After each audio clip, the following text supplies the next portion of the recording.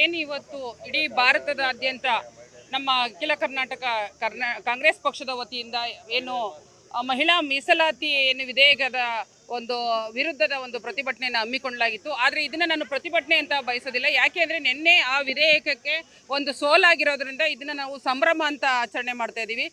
ಇದು ನಿಜವಾಗ್ಲೂ ಕೂಡ ನಮ್ಮ ಹೋರಾಟ ಇದ್ದಿದ್ದು ಮಹಿಳಾ ಮೀಸಲಾತಿಗಲ್ಲ.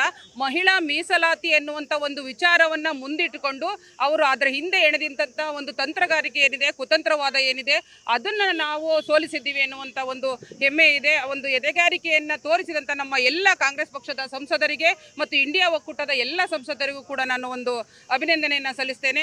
ಇದು ನಿಜಕ್ಕೂ ಕೂಡ ಮಹಿಳೆಯರಿಗೆ ಒಂದು ಗೆಲುವು ಅಂತ ನಾನು ಭಾವಿಸ್ತಾ ಇದ್ದೀನಿ. ಉದ್ದೇಶವಿಷ್ಟೇ, ಇವರು ಏನು ಮಹಿಳಾ ಮೀಸಲಾತಿ ಎನ್ನುವ ಹೆಸರಿನಲ್ಲಿ ಏನು ಗಡಿಯನ್ನು ಅಂದರೆ ವಿಧಾನಸಭಾ ಕ್ಷೇತ್ರಗಳನ್ನು ಹೆಚ್ಚು ಮಾಡಬೇಕು ಅನ್ನುವಂಥ ಉದ್ದೇಶ ಇತ್ತು. ಇದು 2011ರ ಜನಗಣತಿಯ ಆಧಾರದ ಮೇಲೆ ಮಾಡೋದಕ್ಕೆ ಹೊರಟಿದ್ದರಿಂದ ಅದರ ವಿರುದ್ಧವಾಗಿ ಅಷ್ಟೇ ನಮ್ಮ ಹೋರಾಟ ಇತ್ತು. ಖಂಡಿತ ಮಹಿಳಾ ಮೀಸಲಾತಿ ವಿರುದ್ಧ ಅಲ್ಲ. ಯಾಕೆಂದರೆ ಮಹಿಳಾ ಮೀಸಲಾತಿ ಎನ್ನುವಂಥ ವಿಧೇಯಕವನ್ನು 2023ರಲ್ಲೇ ಅಂಗೀಕಾರ ಮಾಡಲಾಗಿದೆ. ಇದು ನಮ್ಮ ಕಾಂಗ್ರೆಸ್ ಪಕ್ಷದ ಅಂದಿನ ಮೈತ್ರಿಕೂಟದಿಂದಲೂ ಕೂಡ 2009ರಿಂದಲೂ ಕೂಡ ಇದು ಏನು ಮಹಿಳಾ ಮೀಸಲಾತಿ ಕಾಯ್ದೆಯನ್ನು ಜಾರಿಗೆ ತಂದು ಅದರಂತೆ ಅದು ಕೂಡ ಪ್ರತಿ ಒಂದು ಹಂತದಲ್ಲೂ ಕೂಡ ಬೆಳವಣಿಗೆ ಕಾಣ್ತಾ ಬರ್ತಾ ಇದೆ.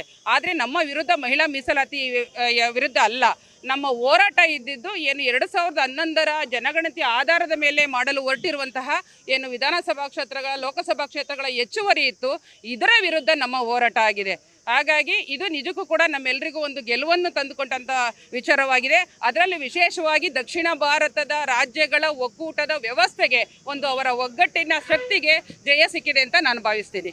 ಮಂಡ್ಯ ಜಿಲ್ಲಾ ಕಾಂಗ್ರೆಸ್ ವತಿಯಿಂದ ನಿನ್ನೆ ಲೋಕಸಭಾ ಅಧಿವೇಶನದಲ್ಲಿ ಕ್ಷೇತ್ರ ಪುನರ್ವಿಂಗಡಣೆಯ ಅವೈಜ್ಞಾನಿಕ ಮಸೂದೆ ಪಾಸಾಗಿಲ್ಲ.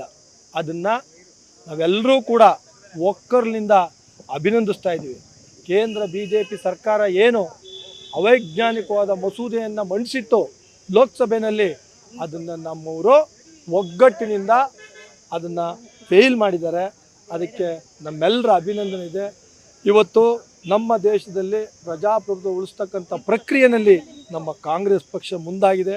ಮಲ್ಲಿಕಾರ್ಜುನ್ ಖರ್ಗೆ ಅವರ ನೇತೃತ್ವದಲ್ಲಿ, ರಾಹುಲ್ ಗಾಂಧಿ ಅವರ ನಾಯಕತ್ವದಲ್ಲಿ ನಿನ್ನೆ ನಡೆದಂಥ ಲೋಕಸಭಾ ಅಧಿವೇಶನದಲ್ಲಿ ಈ ಬಿಲ್ಲನ್ನು, ಈ ಅವೈಜ್ಞಾನಿಕ ಬಿಲ್ಲನ್ನು ತಿರಸ್ಕರಿಸಿದ್ದನ್ನು ನಾವೆಲ್ಲರೂ ಕೂಡ ಮಂಡ್ಯ ಜಿಲ್ಲಾ ಕಾಂಗ್ರೆಸ್ ವತಿಯಿಂದ ಅಭಿನಂದಿಸ್ತೀವಿ.